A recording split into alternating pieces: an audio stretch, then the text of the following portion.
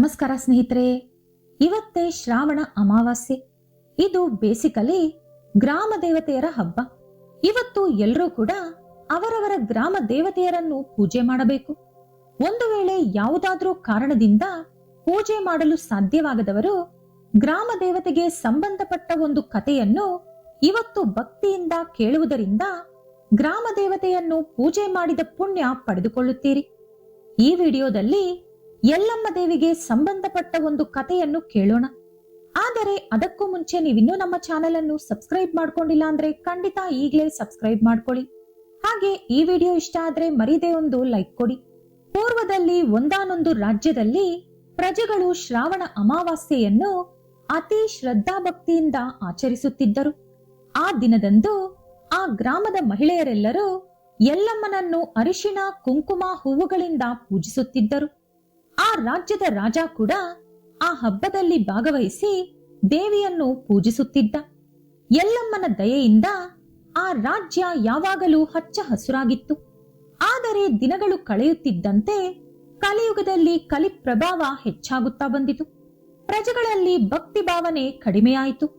ಶ್ರಾವಣ ಅಮಾವಾಸ್ಯೆ ಕೇವಲ ಒಂದು ಆಚಾರದಂತೆ ಬದಲಾಯಿತೇ ಹೊರತು ಆರಾಧನೆಯಂತೆ ಆಗಲಿಲ್ಲ. ಯುವಜನರು ಆ ಹಬ್ಬದ ಪ್ರಾಮುಖ್ಯತೆಯನ್ನು ನಿರ್ಲಕ್ಷಿಸಿದರು.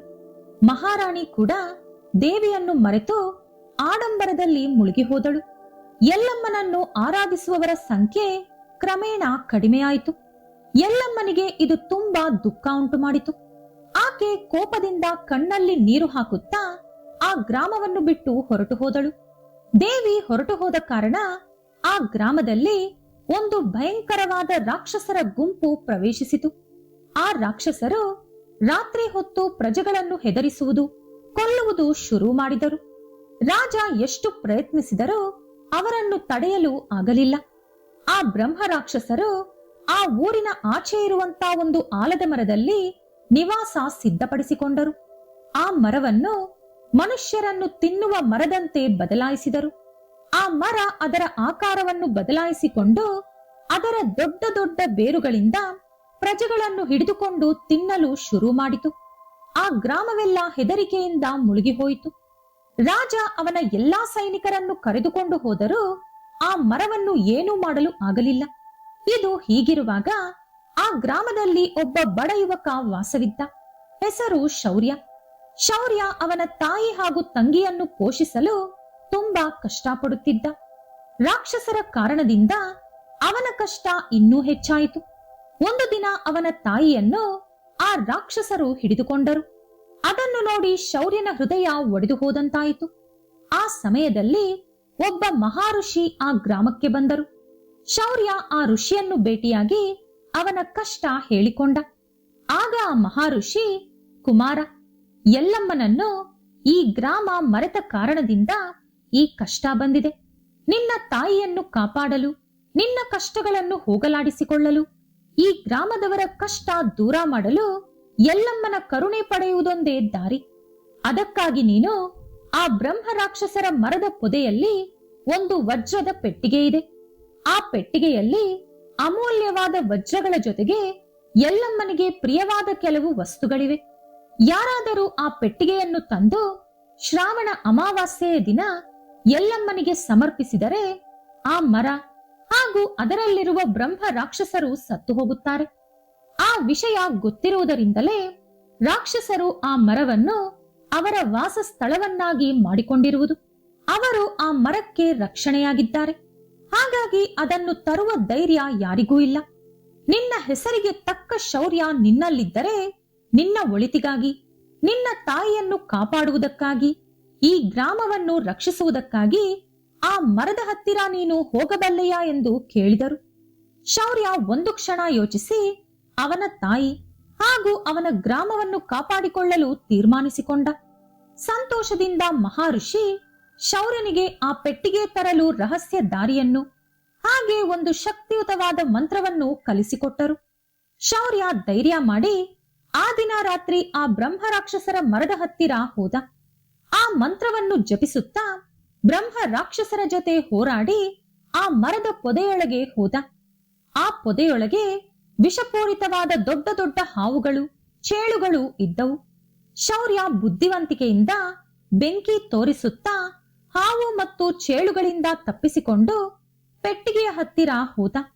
ಋಷಿ ಹೇಳಿಕೊಟ್ಟ ಮಂತ್ರ ಓದಿದ ತಕ್ಷಣ ಆ ಪೆಟ್ಟಿಗೆ ತೆರೆದುಕೊಂಡಿತು. ಅದರೊಳಗೆ ಚಿನ್ನ, ಬೆಳ್ಳಿ, ವಜ್ರ, ಮಣಿ, ಮಾಣಿಕ್ಯಗಳ ಜೊತೆಗೆ ಎಲ್ಲಮ್ಮನಿಗೆ ಅತೀ ಪ್ರಿಯವಾದ ಅರಿಶಿಣ, ಕುಂಕುಮ ಹಾಗೂ ಜಡೆಗೆ ಹಾಕುವಂತ ಕುಚ್ಚುಗಳಿದ್ದವು. ಶೌರ್ಯ ಆ ಪೆಟ್ಟಿಗೆಯನ್ನು ತೆಗೆದುಕೊಂಡು ಹೊರಗೆ ಬಂದ. ಆದರೆ ಅವನನ್ನೇ ಹಿಂಬಾಲಿಸಿ ಆ ರಾಕ್ಷಸರು ಹಾಗೂ ಆ ಮರ ಬಂದು ಅವನ ಮೇಲೆ ದಾಳಿ ಮಾಡಿದವು. ಆಗ ತುಂಬಾ ಹೆದರಿದ ಶೌರ್ಯ ಆ ಪೆಟ್ಟಿಗೆಯನ್ನು ಕೈಯಲ್ಲಿ ಭದ್ರವಾಗಿ ಹಿಡಿದುಕೊಂಡು, ಅಮ್ಮ ಎಲ್ಲಮ್ಮ, ನನ್ನನ್ನು ನೀನೇ ಕಾಪಾಡಬೇಕು ಎಂದು ಜೋರಾಗಿ ಕೂಗಿದ. ಆಗ ಯಲ್ಲಮ್ಮ ದೇವಿ ಕೋಪದಿಂದ ಬೆಂಕಿ ಜ್ವಾಲೆಯಂತೆ ಆಗಸದಿಂದ ಕೆಳಗೆ ಇಳಿದು ಬಂದಳು. ಆಕೆ ಬಂದ ವೇಗಕ್ಕೆ ಅಲ್ಲಿದ್ದ ಬ್ರಹ್ಮ ರಾಕ್ಷಸರೆಲ್ಲರೂ ಸುಟ್ಟು ಬೂದಿಯಾದರು. ಅದುವರೆಗೂ ಮನುಷ್ಯರನ್ನು ತಿನ್ನುತ್ತಿದ್ದ ಮರ ಒಣಗಿ ಹೋಯಿತು. ಶೌರ್ಯ ಆ ಪೆಟ್ಟಿಗೆಯನ್ನು ದೇವಿಗೆ ಭಕ್ತಿಯಿಂದ ಸಮರ್ಪಿಸಿದ. ಅವನ ಒಳ್ಳೆತನವನ್ನು ಮೆಚ್ಚಿಕೊಂಡ ದೇವಿ ಆ ಪೆಟ್ಟಿಗೆಯಲ್ಲಿದ್ದ ಅರಿಶಿಣ, ಕುಂಕುಮ ಹಾಗೂ ಜಡೆ ಕುಚ್ಚುಗಳನ್ನು ಮಾತ್ರ ತೆಗೆದುಕೊಂಡು ಅದರಲ್ಲಿದ್ದ ಚಿನ್ನ, ಬೆಳ್ಳಿ, ವಜ್ರ, ಮಣಿ, ಮಾಣಿಕ್ಯಗಳನ್ನು ಶೌರ್ಯನಿಗೆ ಕೊಟ್ಟು ಬಿಟ್ಟಳು. ಅಂದಿನಿಂದ ಆ ಗ್ರಾಮದ ಪ್ರಜೆಗಳು ಅವರು ಯಲ್ಲಮ್ಮನನ್ನು ಮರೆತ ಕಾರಣದಿಂದಲೇ ಇಷ್ಟೆಲ್ಲ ಸಾವು ನೋವು ಸಂಭವಿಸಿತು ಎಂದು ತಿಳಿದುಕೊಂಡರು. ಯಲ್ಲಮ್ಮ ಅಥವಾ ಗ್ರಾಮ ದೇವತೆಯರು ರಾತ್ರಿ ಹೊತ್ತು ಗ್ರಾಮದಲ್ಲೆಲ್ಲ ತಿರುಗಾಡುತ್ತಾ ಗ್ರಾಮವನ್ನು ಕಾಪಾಡುತ್ತಾರೆ. ಯಾವ ದುಷ್ಟ ಶಕ್ತಿಗಳು ಗ್ರಾಮದೊಳಗೆ ಪ್ರವೇಶಿಸದಂತೆ ರಕ್ಷಿಸುತ್ತಾರೆ. ಹಾಗಾಗಿ ಪ್ರತಿಯೊಬ್ಬರೂ ಕೂಡ ವರ್ಷಕ್ಕೆ ಒಂದು ಸಲ ಬರುವ ಶ್ರಾವಣ ಅಮಾವಾಸ್ಯೆ ಎಂದು ಗ್ರಾಮ ದೇವತೆಯರನ್ನು ತಪ್ಪದೆ ಪೂಜಿಸಬೇಕು. ಯಾವುದಾದರೂ ಅನಿವಾರ್ಯ ಕಾರಣದಿಂದ ಗ್ರಾಮ ದೇವತೆಯ ಪೂಜೆ ಮಾಡಲು ಸಾಧ್ಯವಾಗದವರು ಗ್ರಾಮ ದೇವತೆಗೆ ಸಂಬಂಧಿಸಿದ ಯಾವುದಾದರೂ ಕಥೆಯನ್ನು ಭಕ್ತಿಯಿಂದ ಶ್ರಾವಣ ಅಮಾವಾಸ್ಯೆ ಎಂದು ಕೇಳುವುದರಿಂದ ದೇವಿಗೆ ಪೂಜೆ ಮಾಡಿದ ಪುಣ್ಯ ಫಲವನ್ನು ಪಡೆದುಕೊಳ್ಳುತ್ತೀರಿ. ಈ ವಿಡಿಯೋ ಇಷ್ಟ ಆದ್ರೆ ಲೈಕ್ ಮಾಡಿ, ಶೇರ್ ಮಾಡಿ. ಇಂತಹ ಹೆಚ್ಚಿನ ಉತ್ತಮ ಕಥೆಗಳಿಗಾಗಿ ತಪ್ಪದೇ ನಮ್ಮ ಚಾನೆಲ್ ಅನ್ನು ಸಬ್ಸ್ಕ್ರೈಬ್ ಮಾಡ್ಕೊಳ್ಳಿ. ನಾಳೆ ಮತ್ತೊಂದು ವಿಡಿಯೋದೊಂದಿಗೆ ಪುನಃ ಭೇಟಿಯಾಗೋಣ. ಧನ್ಯವಾದಗಳು.